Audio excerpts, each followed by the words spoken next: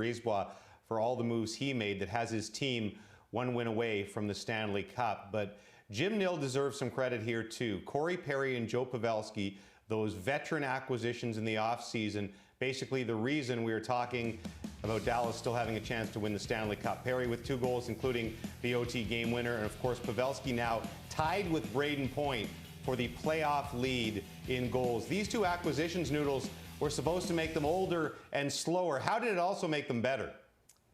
James, it's all about experience and timing. And in the National Hockey League right now, where the league is comprised mostly of young players that are faster, they brought their experience to Dallas. And there were a lot of people that were critical of Jim Nill, saying, hey, yeah, your team is older and slower. But this is exactly why he focused on these types of players, is the timing of when they could step up.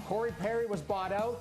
He's on a cheap value contract, and he still had something to prove. He's been brilliant in the playoffs. And Joe Pavelski, a 36-year-old who only scored 14 goals this season, well, he's been fantastic and clutch at the right time for the Dallas Stars. So, yeah, you've got a younger core group, but these veteran players have delivered, and Jim Nill deserves a lot of credit for taking a chance on them. And one more note on Corey Perry. With that overtime winner last night, he joins an exclusive club of players with at least 5 playoff OT winners. Joe Sakic leads the way with 8.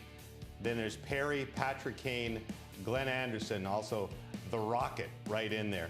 I think Tampa feels, Craig, they deserved a better fate. Is that a dangerous way to think about last night's game?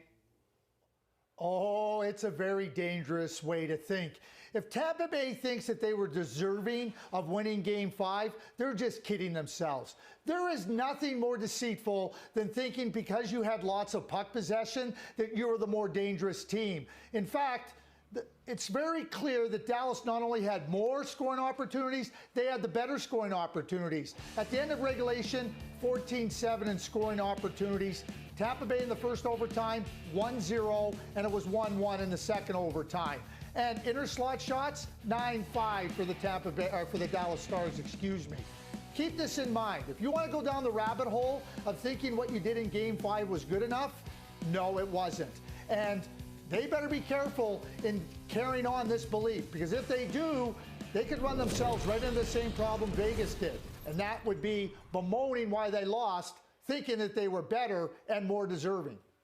Well, it was good enough for us. I mean, another super entertaining game. And we remember Paul Maurice back at the start of this, the Jets coach, saying that he thought without travel that the playoff hockey would be at a ultra high level. I think he said playoff hockey on steroids. Has it lived up to that billing, Jamie? And some, to be honest, James. This has been fantastic theater for the National Hockey League. They've hit a home run here with the fans, and the entertainment level has been nothing but 100% from everyone. I've been thoroughly impressed from top to bottom. As have I, Jamie. And when you think about all these games being played in the absence of fans and maybe some concerns about how competitive it would be, those have been cleared away 100%. If anybody wants to know how competitive NHL players are, all they have to do is tune into these National Hockey League playoffs. Lots of drama comebacks. The 9th comeback win for the Dallas Stars, one off the playoff record of 10 set by the 2009 Pittsburgh Penguins.